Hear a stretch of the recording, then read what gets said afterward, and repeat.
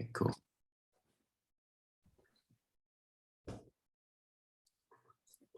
Sweet.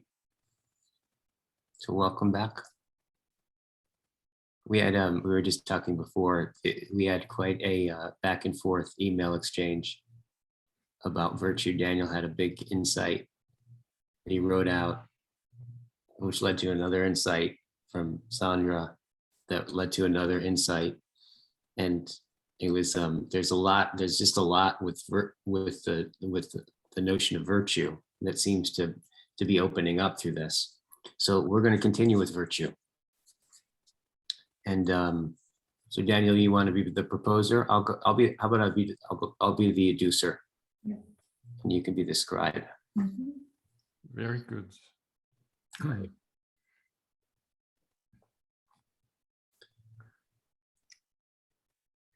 So Daniel, what is virtue? What is virtue?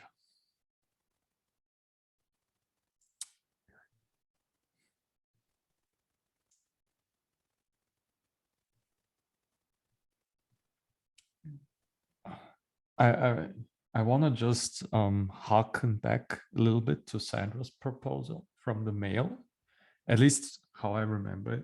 I'm sure I'm saying it not perfectly, but Sandra had written that virtue is something like the gathering of the conditions for the blossoming of truth or presence. Yes. Yes. Virtue.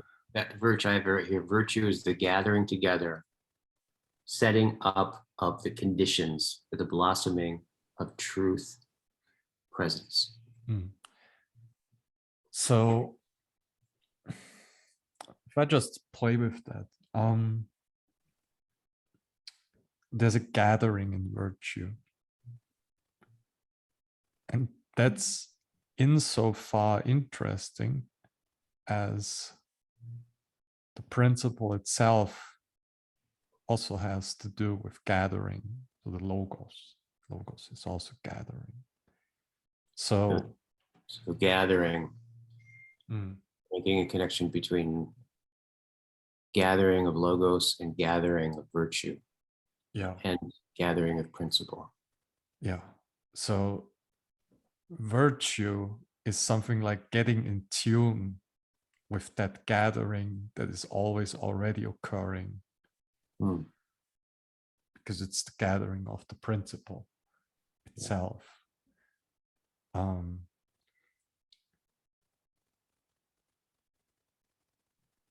when we are gathering sufficiently or successfully, then truth opens up. Yeah. Truth blossoms.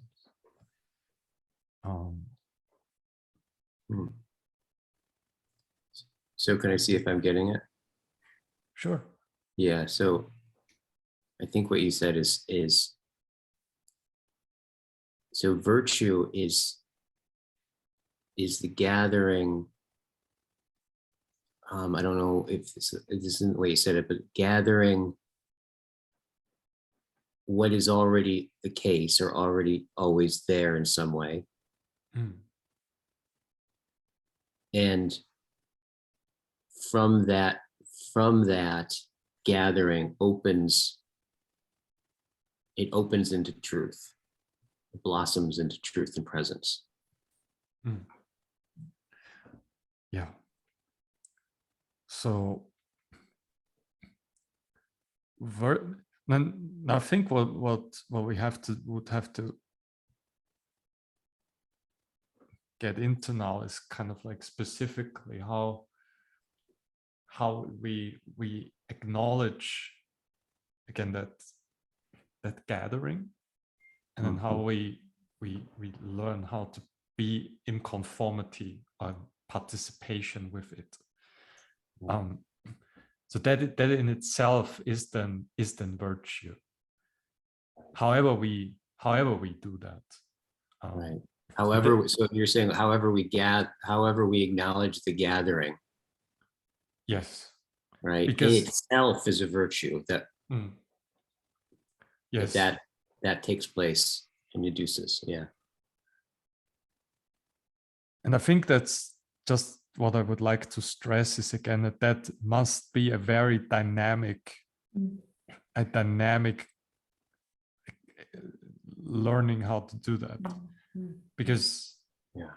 we always come to this gathering in different ways. Yeah. So Right. and that's perhaps that's something like wisdom, this learning how to Hey, Daniel, I'm wondering, can you think of an example of what would be an acknowledging of the gathering of the virtue? What would be one example of that? let's say in our conversations that we had in this corner of the internet, let's say, sometimes there's this distinctive moment when we say the logos is catching. Yeah. It's taking on the life of its own. Yeah. It's gathering, our perspectives are gathered together. It's like like a metronome, and we all brought it into harmony. Right. And that this is nothing we can really control or engineer. We can just witness it and realize it and acknowledge it. Yeah. And then we can, I think, virtue is then something like, just reminding yourself of this peculiar feeling, and then learning how to be in that feeling more often, where we seem to be in tune with the principle, the logos of reality itself. Yeah. Because when that happens, then everything's right. Yeah.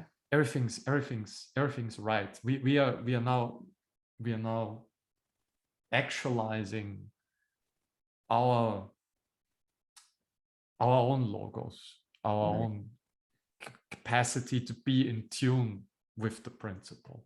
Right. Right. And this is this strange feeling when we say the logos catches, right?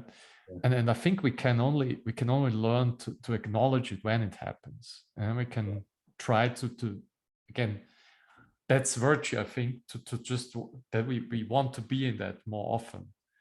So that moment, so there's that, so what you're saying is that we go and we have an experience, right? And there's no necessarily, we don't notice any particular gathering, and then we have an experience, and there's something about that experience that you go, that, in this case, the logos is catching. Oh, that. So what you're saying is that acknowledgement is already showing virtue at play. Then right, because when we do that, I guess we've done something right. Perhaps we've really listened to each other, or we've really used the speech, the capacity of speaking in such a way that suddenly that can happen. Right now, is it fair to say, are you acknowledging? Are you in an acknowledgement of the virtue?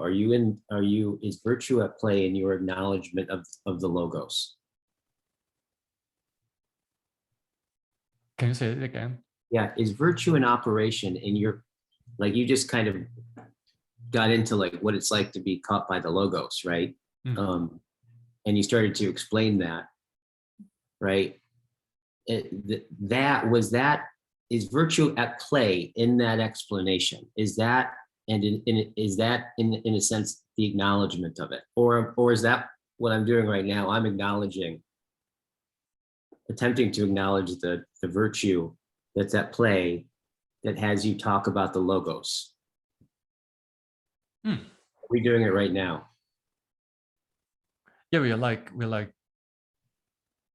we're like preparing the conditions for it.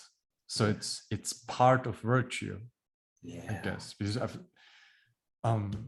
preparing the conditions for it, right? That's again what Sandra was saying. So now we're kind of preparing the conditions, and then it's also about the enactment. So it needs to be enacted.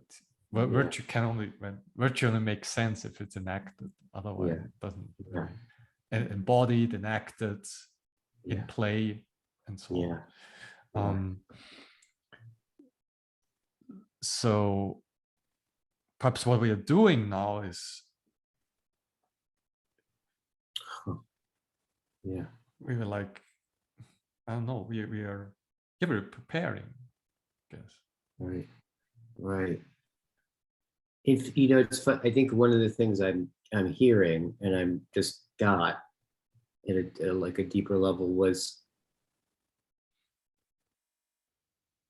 that acknowledging that something cool just happened, and then being thrown in a certain sense to explain it is in some sense I'm not just like objectively explaining it, right? Like a scientist or something like that. The act of explaining it is the act of trying to get closer to it so that we can have more of it. We can then prepare for it. So there's this kind of, I think what I'm hearing is there's this kind of way that the virtue it's already underway in the acknowledgement of it and the explanation and the setting up the conditions. So in this sense, there's the normativity that what isn't totally here, but shining forth as this virtue is starting to organize the normativity of setting things up, right? To become someone, the conditions to become someone that you aren't yet. That sounds very good. So virtue is already underway. Is that?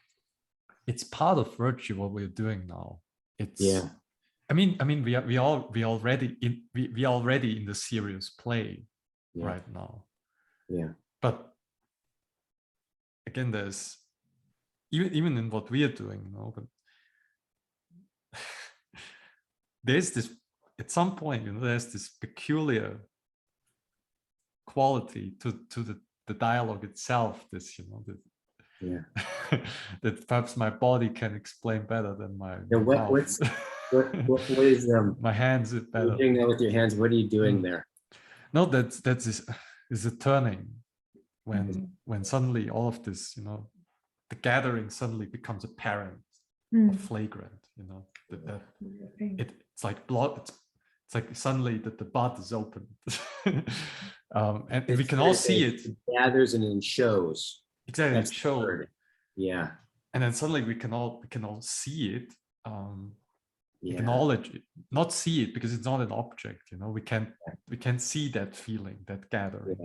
We can only acknowledge it, that it happened, and we can try to come to that place again, and that already is virtue, and that we do also by explaining, by preparing for it, by maybe creating educational tools so we can preparing, right? All of it. Are those the garments? Yeah, I guess so. That's like the training that's necessary to find that place again. I really see what you're saying. I really see that what you're saying all the way back from the beginning is that even the setting up of the training is already the virtue that's having us do that. And there perhaps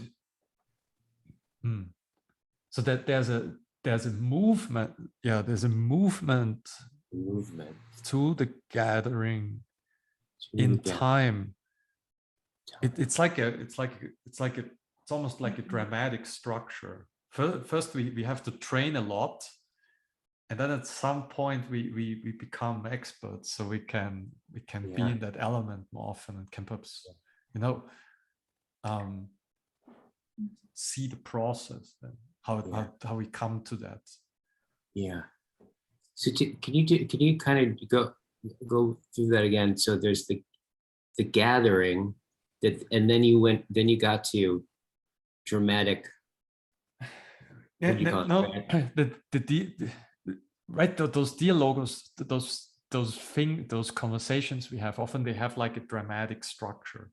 Yeah, the We dramatic come, structure. we Yeah, come into it, we first of all, we cool down, we do meditation, then we do maybe some circling. And then it is slowly, it's just like we are to use, right, you 2 years ago you often used the fire, the fireplace, yeah, so it's like meditating, circling, then doing like the first rounds.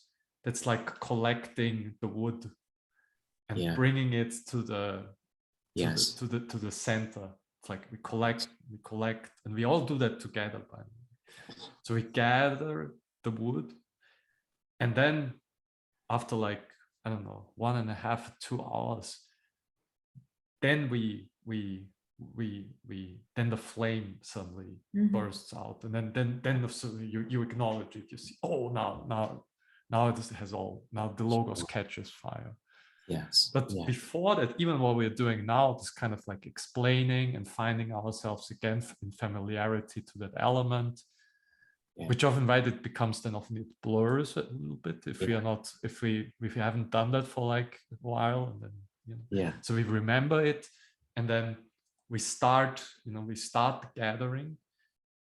Then at some point, maybe in an hour or so, then it catches, and then it becomes open, and we can all see it and acknowledge it. But what we are doing now is like, it's like the gathering is like there's a movement to it, and in the beginning it's just this is actually the hardest part, I think, in the beginning, this kind of like this setting up the conditions, yes, because that's also the hardest thing, to kind of to commit to the meditation, to commit to truthful circling, even when the logos doesn't catch fire. Because yeah, when the logos catches fire, it's like we're all just playing. It's all yeah. natural. We are just riffing off from each other, and it's all perfect. But So the part before is even harder, I think. yeah. I want to ask you a bit about, so that part before where you're not warmed up, right? If you get the sense, it's like you may even have resistance to it, right? You're cold, like it looks like a lot of work. What's the relationship to virtue going from not feeling like it to preparing the ground for the thing that I don't feel like? Isn't that again the thing we had like before the break, the summer break, when kind of like, how does someone who doesn't love music suddenly gets into it? Like how what is again this getting into it? How does that? I'm not sure about it. This is where memory, like virtue not as aspiration but as remembering makes sense, right? Because I'm wondering, because it's like when it catches, you think back to how you didn't feel like it, and you're like, oh, I remember now.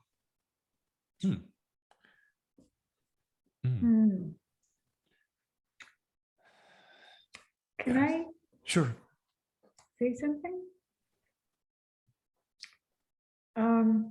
What keeps coming up for me is when you're doing this stuff here, Daniel, like you have an idea of the layout, of the principle of what virtue is in relation to truth and presence and all that stuff. So that's the principle. But how do you do that?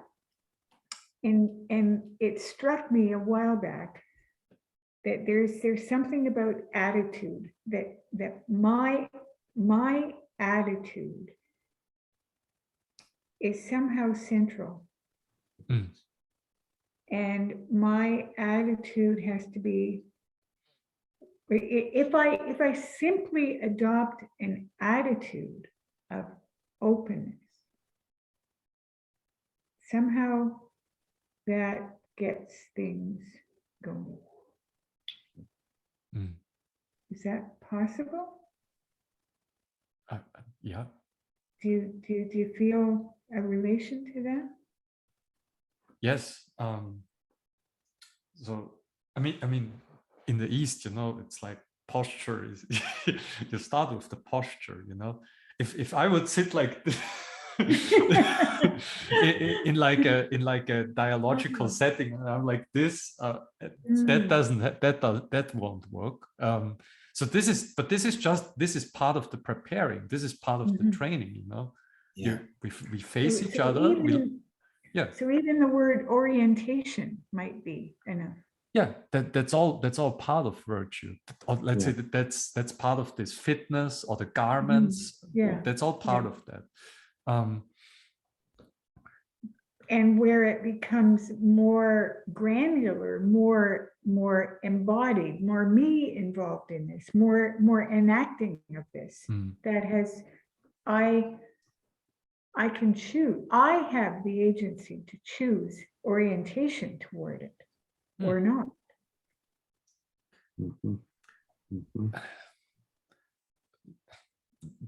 Yeah. Oh, I just got this sense when you talked about, I'm wondering if this is what you're saying, bringing back to something you said before, which is, there's all this preparing, but at some point you become masterful at it. And that it's like, I'm wondering, is the point of mastery the point where the preparation that is at first super explicit, right? And articulated and thought about and conscious, we start to conform to it, and in some sense our interiority becomes more organized towards the virtue, right? In our structure, such that we can just go right there, or be there more often, or like have to have less preparation. Yeah, it becomes second nature at some point if you do it long enough. Oh, that process of internalizing, it's interesting. Is it fair? Would you say, is it fair to say that process of internalizing is the process of the virtue?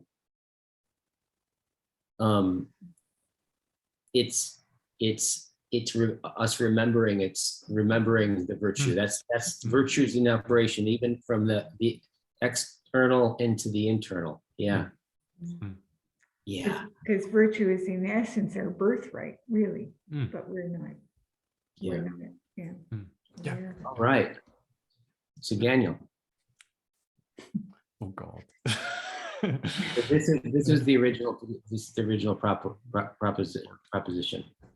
Virtue is the gathering together, setting up of the conditions for the blossoming of presence, truth.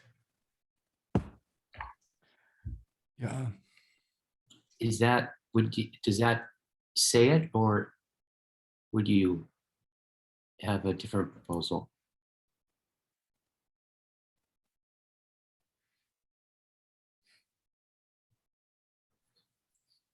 Could you perhaps do the appreciation first and the mystery, and then I will answer? Yeah.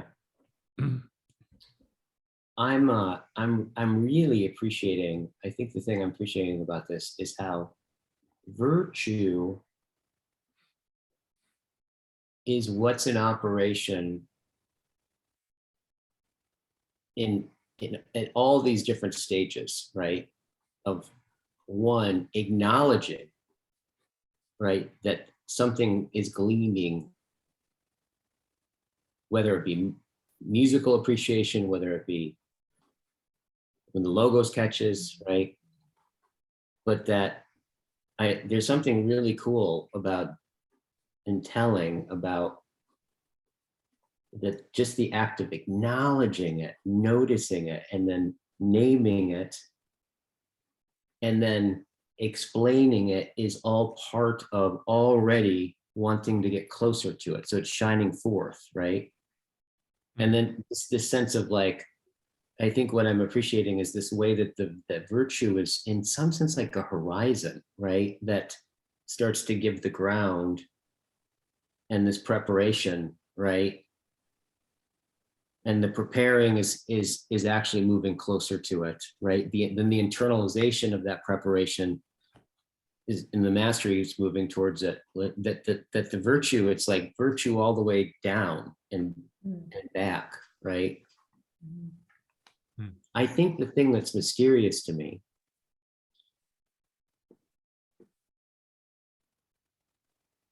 is how the virtue is operating, even when I don't feel it, even when I'm not seeing it, but I'm still moving towards it. What is, how does it shine in those moments? That's right? that's like the $1 million question. Like, how do you explain virtue and this principle to the cave dwellers who have no, right? Doesn't shine. It's just darkness and ignorance. They want to kill you when you talk about these things. How do you convey that, right, to a person who has no inkling of that moreness, let's say, of reality? Yeah, that's yeah. like that's the mystery. That's a mystery. And I actually think,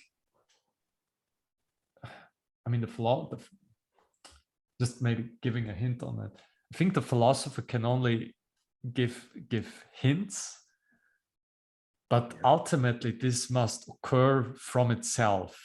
We cannot, I think actually we cannot engineer this. It's just, it must happen by itself. Virtue is the thing that reaches in. Yeah, or it doesn't reach. This is like we can't force anybody to participate in this.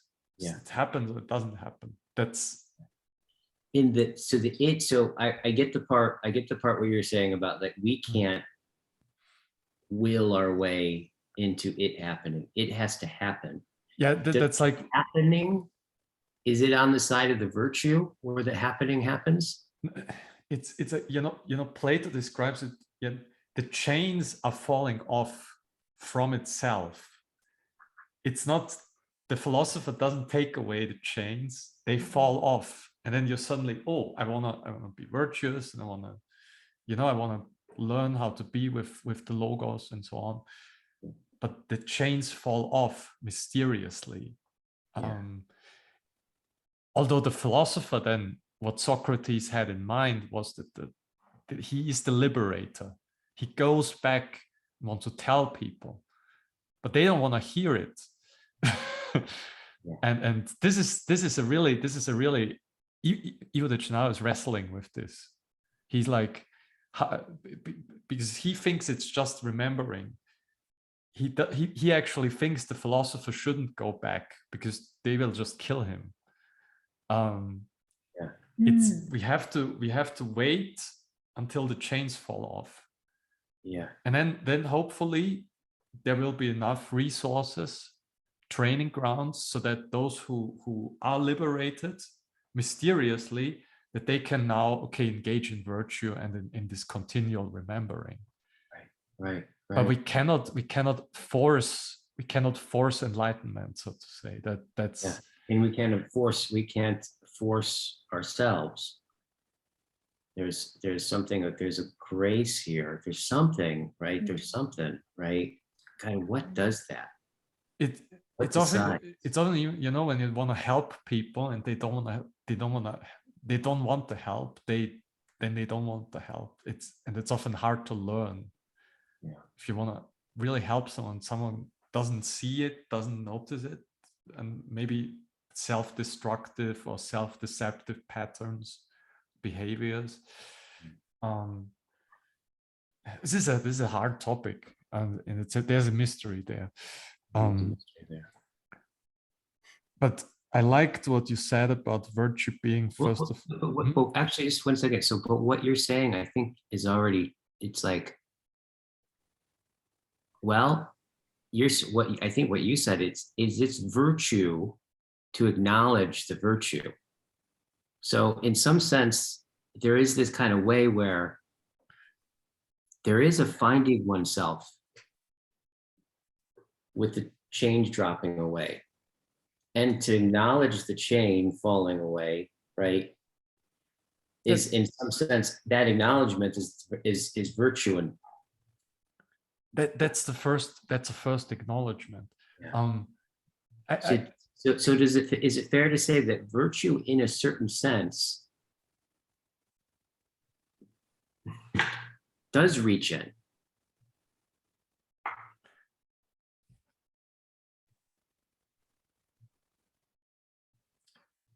think so. Or so it shines in some way, right? That has to notice it. I think it's more like,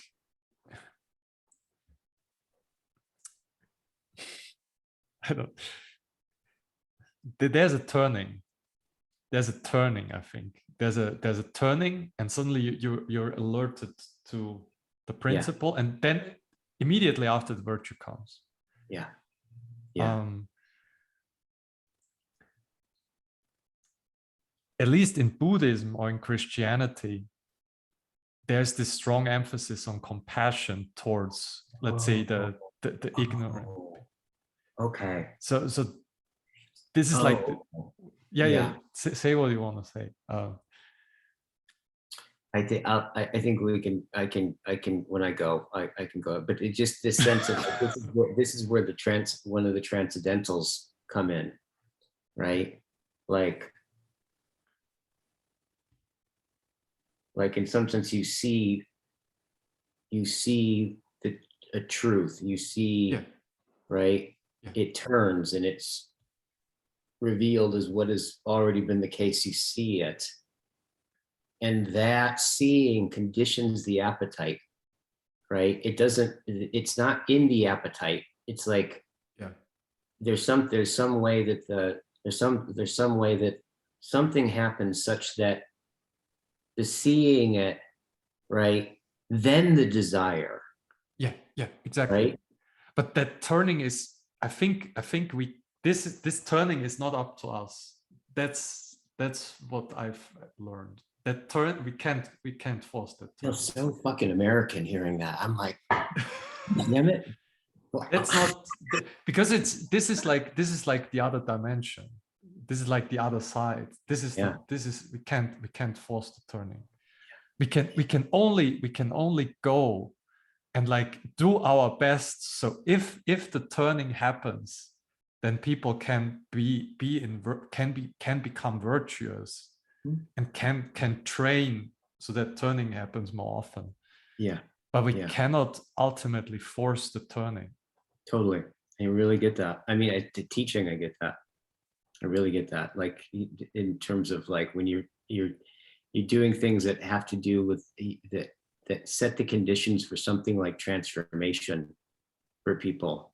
Yes. Like it's really, it's like Sandra said, we can only set up everything. Yeah. But exactly. ultimately the turning cannot be. Yeah. We can only set up everything, but the turning is not in our hand.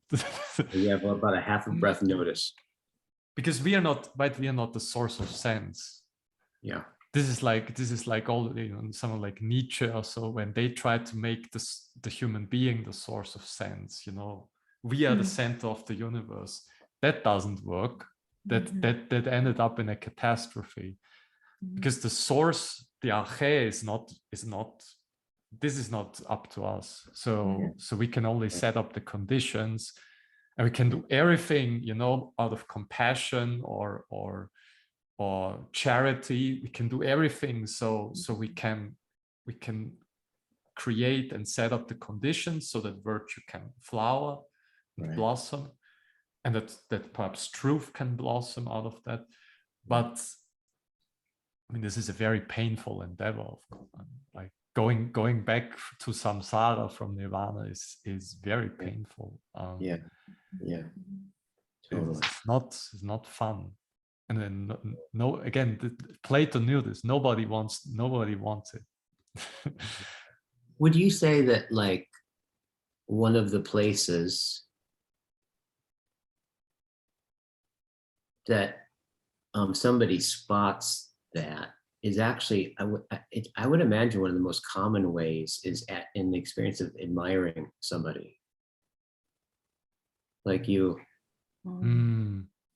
Yeah, like in some sense, like you, when you admire somebody, that's perfect, something. because that's like good with the music analogy. You know, you start with, you admire the master pianist or so.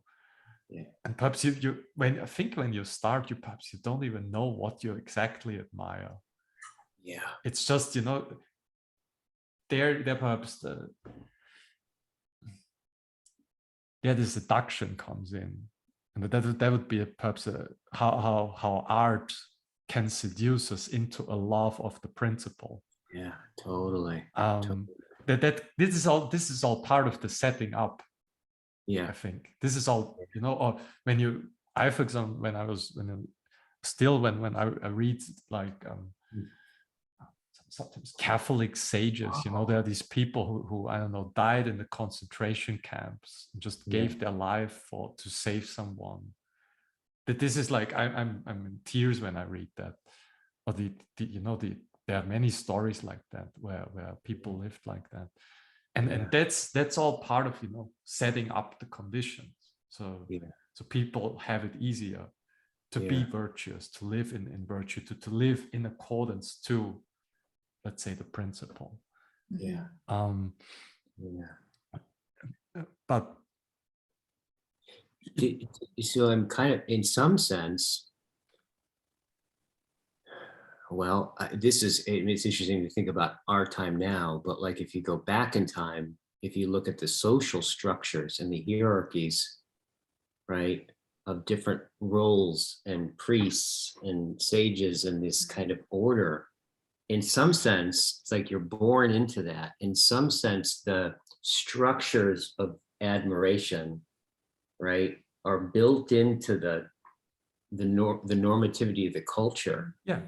It's really interesting to kind of think, because in some sense you could say like that's, you know, this whole notion of apprenticeship, right? Of like, in some way, apprenticeship has that kind of quality of like, it's a different way of learning because you're kind of dwelling with the person that you're apprenticing with, right? Such that you can kind of, in this deep way, it's hard to, that the apprentice can't instruct you to have, you get the deep virtue in which shines forth to that person and their body, and through that mimicking, and then it starts to catch, right? This deep kind of sense of mentorship, right? Apprenticeship, these kinds of things. So in some sense, it's like it's interesting to think about those structures as being places for virtue to be caught. Exactly. That's what I wanted to get at with my first thing with the dialogos. And first we do the meditation, we do the circling, and we have to have the right attitude. So we're even doing this, and we need some courage to even find some people. So we even do this and all of that. And that's perhaps the hardest part, because again, when the logos catches fire, then it's all play, it's all simple. It's like the easiest thing in the world, but it's also the hardest thing in the world. So maybe this was a long term. I will close my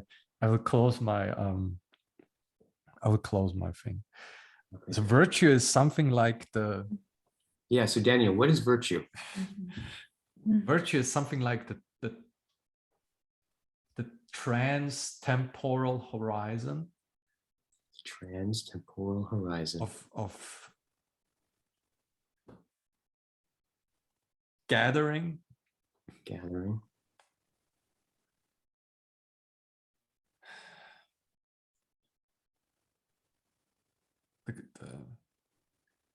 I want to say the likelihood for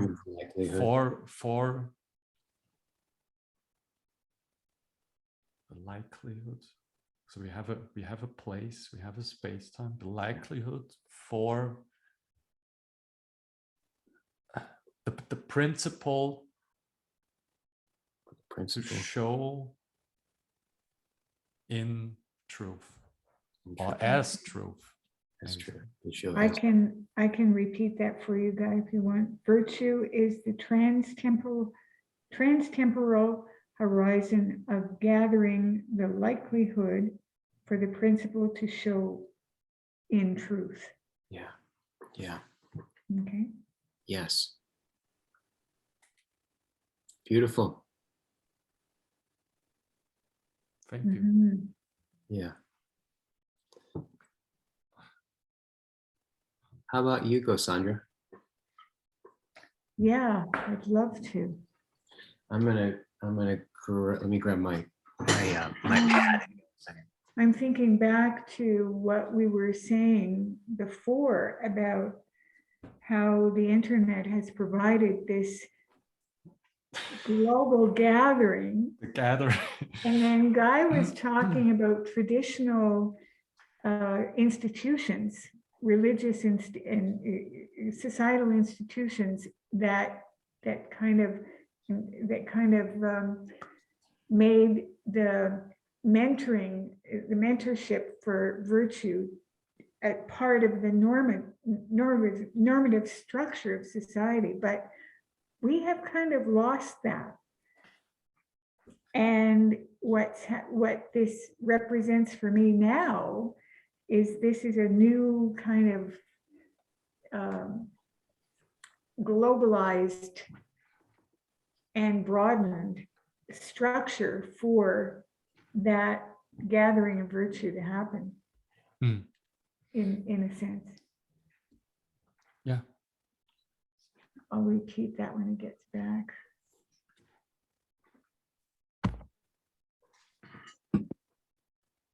Guy, you were talking about how. I heard you. Yeah. Yeah, did you? Okay. Yeah. So it all seems to sort of tie together for me.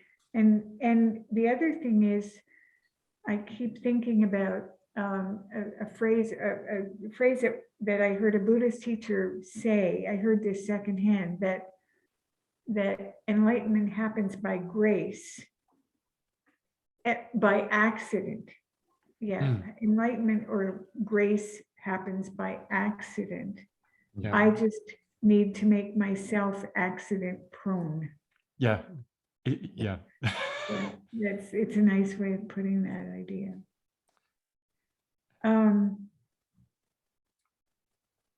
So yeah, I'd like to stress the dawning kind of possibility that virtue is showing through the destruction of so much in the world. It's destruction of institutions, of order, of the environment, the whole thing. But that virtue is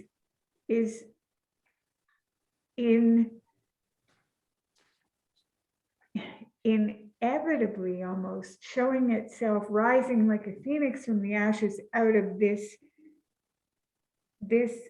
destruction in a totally new way.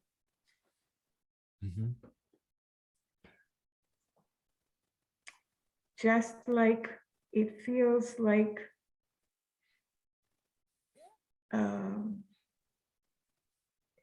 it's just occurred to me in this when Danny was talking about transtemporal horizon of gathering the likelihood for the principle to show its truth, show in truth, and this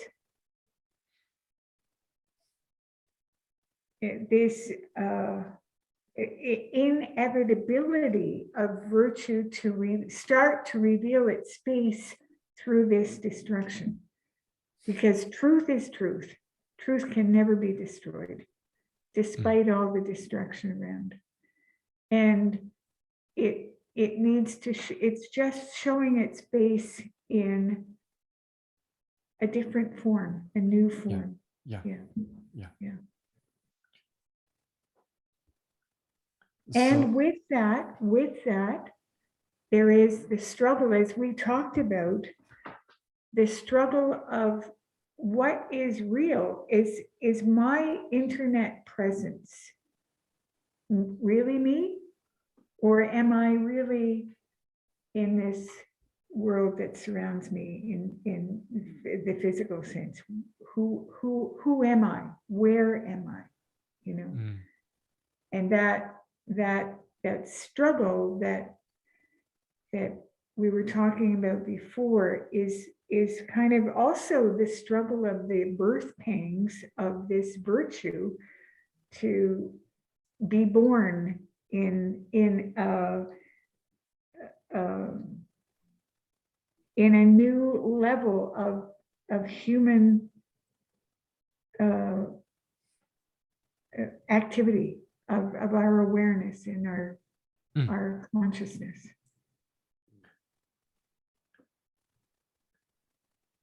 So with all of that, this, us humanity having entered into a very new time with what you just said, destruction around the globe, global warming, the internet, identity confusion. What kind of virtue do you think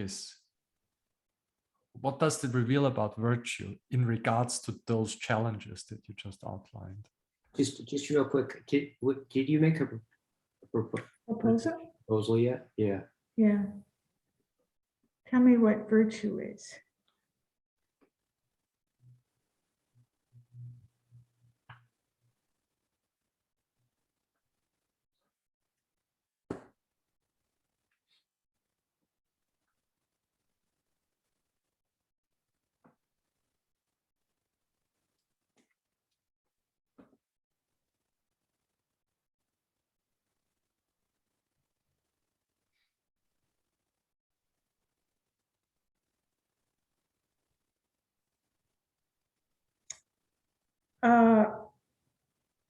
I'm going to say virtue is truth in action.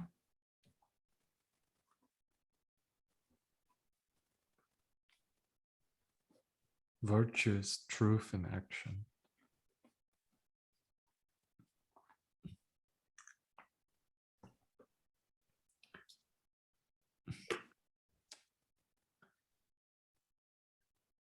Okay, I would like to go back to my question. So all these challenges that you outlined, what action what action is demanded of us in face of that? What does that reveal about virtue? Openness. Yeah. Yeah. Well, all the other virtues that we've articulated before, faith and reverence and confidence and that sort of thing, all those virtues that we have already covered, as truth reveals itself in action, it almost inevitably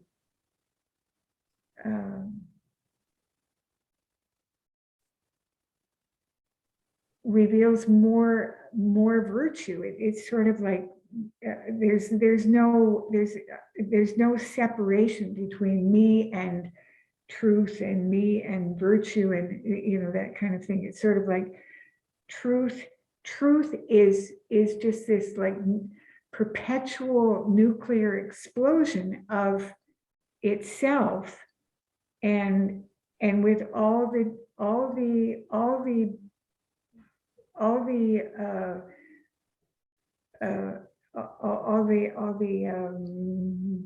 qualities or all the articulations of it, they are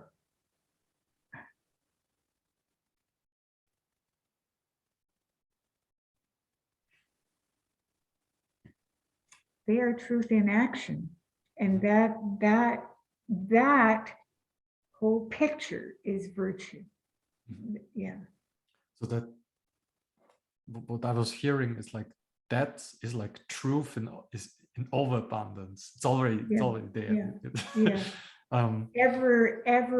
Ever moving, ever exploding, it's like a perpetual atomic explosion.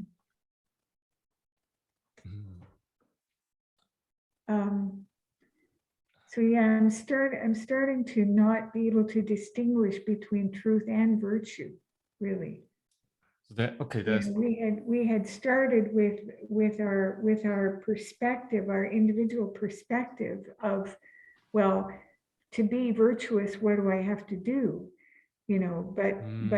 But it's becoming more clear that there is no in reality, there is no separation. It's all just truth in action. You talked about the intimate connection, or maybe even sameness, virtue and truth. Except there's movement. And there's action. Yeah. There's this action. This is not a static identity, but it's like a dynamic process, action that's always enacting itself and inexhaustibly opening up, into inexhaustibility, and that is virtue.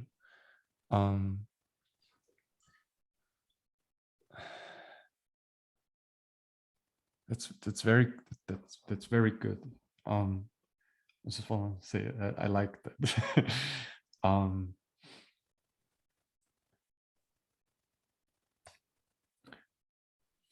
And that is it's sort of like that is the truth of the matter. But as you say, the chains have to fall, the scales have to fall from our eyes in order for us to fully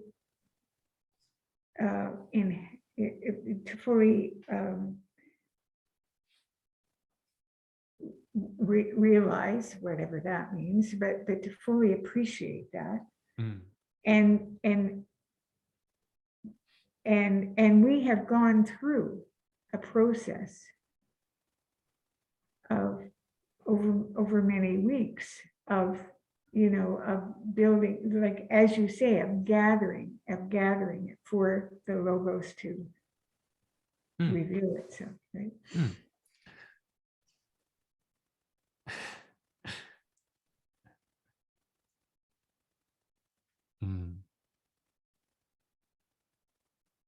So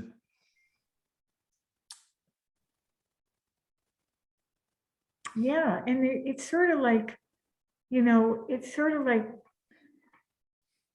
there's like no effort needed in reality, but we have to put in a lot of effort, because I mean, if it's already this way, but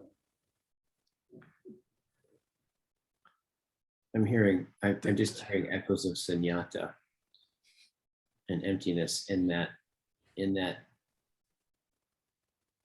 that oneness with virtue, truth, and action. And no effort is required, really. It's just that's the way it is. I mean, we're gonna do a lot of effort. That's our habit. We're so, that's our habit to make it effortful for ourselves. But in fact, there's no effort. It's the way it is. Really. And everything is fine, no matter what, no matter what. Yeah, just there's one mystery that I'd like to share is this has to do with truth, you know. Yeah. It's like, because truth it's like in the beginning we just see like a little bit, and then Mhm. it's suddenly opens and Yeah. it opens more and more and more, like Yeah. I have this movement in mind, like at the beginning we just Yeah. see a little bit, and then it's like it's open. Mhm. Mhm. It's everything is full, like, Mhm. and Mhm. it's like, Yeah. That's from our perspective, Daniel. mm, From the perspective of truth, it always has been. Always has been. Yeah. Yeah. and yeah, of course, this is again this Platonic theme, right? When we would have the bursting open at once, then oh God, I didn't want to see everything at once. Yeah. Yeah. So it's this is again this Yeah. process that Uh-huh. is just we have to learn to appreciate it. But that's already that's why I like your proposal, virtuous truth in action. No matter if you just see a little bit, Yeah. or you learn to see that it's all good. Mhm. It's all good. Mhm. Mhm. And it's all virtue. So Mhm. what I liked is that this trans-temporal horizon that I tried to line out, Mhm. kind of just picked it into this very simple, you packed it into this very simple proposal, virtuous truth in action. So no matter how much we see, if I can even acknowledge that little bit of truth, that's better than none. Truth. Yeah.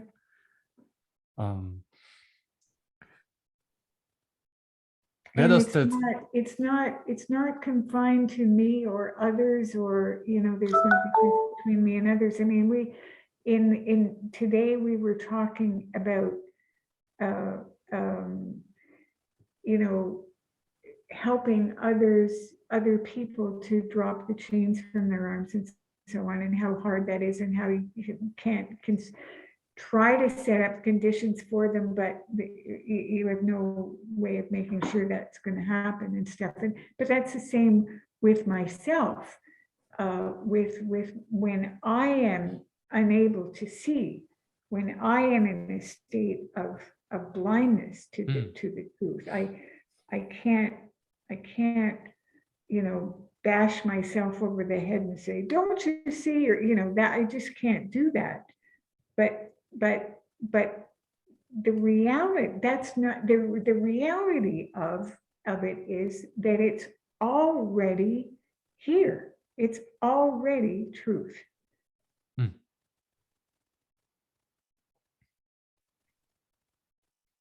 So no problem. I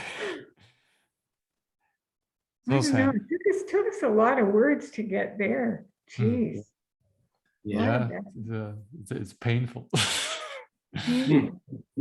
Takes a lot. It's mysterious to me why it's painful. Sometimes it's mysterious to me, but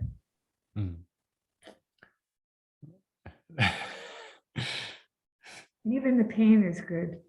Maybe it's just habit. I sort of like the pain. Maybe it's just habit.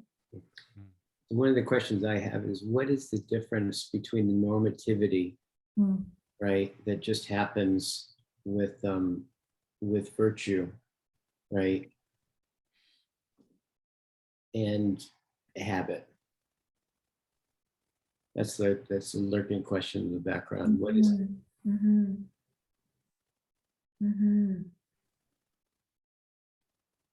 Yeah. Yeah.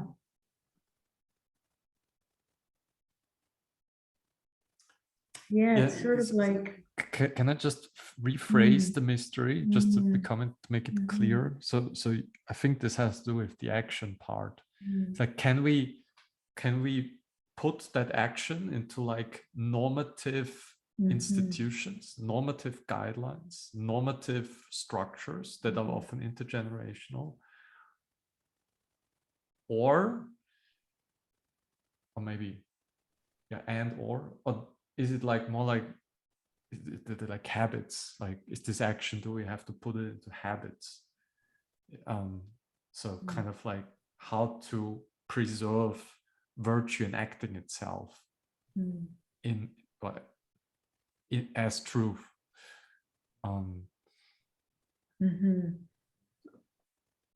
Then compassion is coming up for me, like true compassion. yeah. True compassion, not sort of lovey-dovey compassion, but true compassion in seeing as it is. Yeah. And I personally think that I've written this in the email, that compassion, I think, is the cardinal virtue, because compassion leads you out again into the world of suffering. That I think is that's why I think it's the cardinal virtue. It gets you out of your shell, so to say. It brings you again back into the world. And Guy, when you said normativity and the habits, like, where is that? Because I got the sense of like truth and action. I got the sense that action is something like flow, right? Where you're not efforting. Right. There's a sense the truth and the action. You can't find the place where the truth ends and the action begins. Right. And there's an effortless thing going on, right? And then there's this other part that we've been talking about, but then there's also that part where it's like you don't feel it, you can barely remember why you're doing it, like, and then you go through and you set up the conditions and right? Over and over again, right? Over and over again. And it feels to me like, despite the fact that this is true and we know it at some level, we all know it already, nonetheless, we need to practice in some way to align it, to conform to it, and to conform to it and truly embody it. So you can start to hear the music that's always already there. And hear it with wide open ears, right? Totally. But it's crucial that there is some element of practice. Right. And the supportive conditions for practice, which is each other. Totally. Right. Mm-hmm. We just got 5 minutes left. I just wanted this.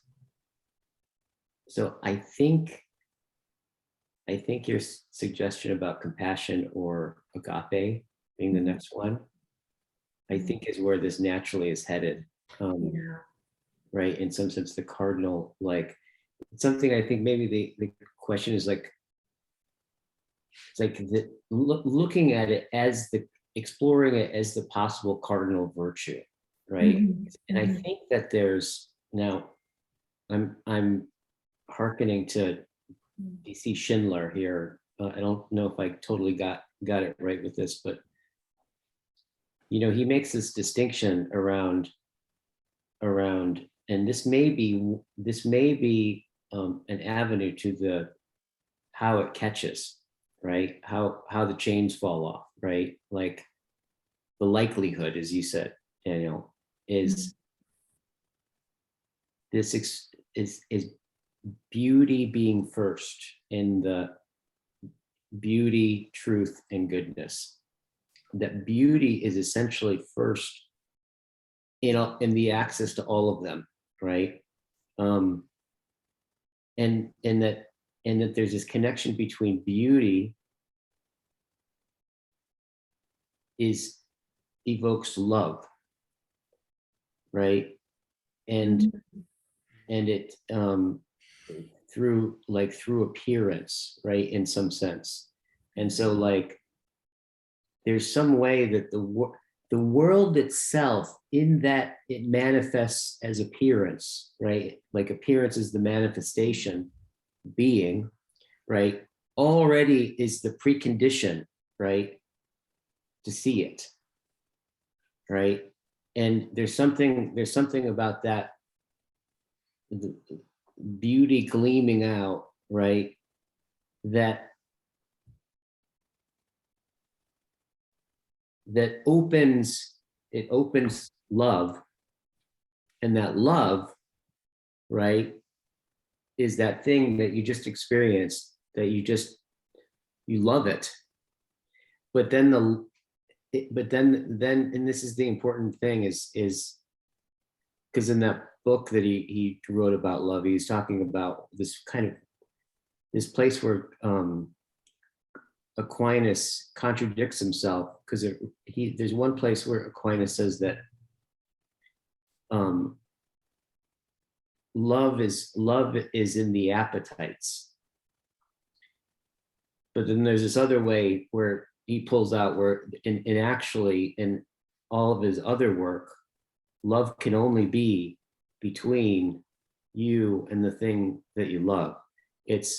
And that there's this link, there's somehow that beauty has that happen, right? Mm-hmm. And so there's something about that the world appears at all. That is something is really, really pertinent to this, how the chains fall off.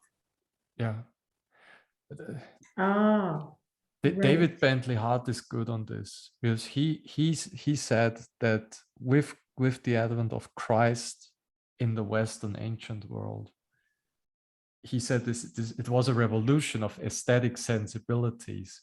In the New Testament, for example, he says it was Saint Peter. He's just weeping around.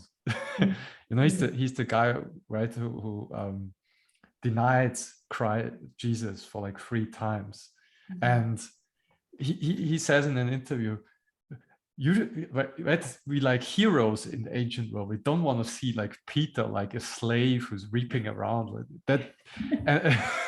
And he said that with the advent of Christianity, you had suddenly had, all the suffering people, that they were also a locus of beauty, and that suddenly the whole world, the whole cosmos, even if in its broken, fragile, in its sin, all of that is a potential locus for beauty, where then Christianity becomes so powerful. And then that love, that agapic love, is extended towards all of creation, no matter how broken or fallen it is. And that's really the revolution of Christianity. So that's a great topic to explore. Let's do that next time. I have to go. I have an appointment. Okay. Okay. Great work, you guys. Bye. Bye. Bye. Thank you.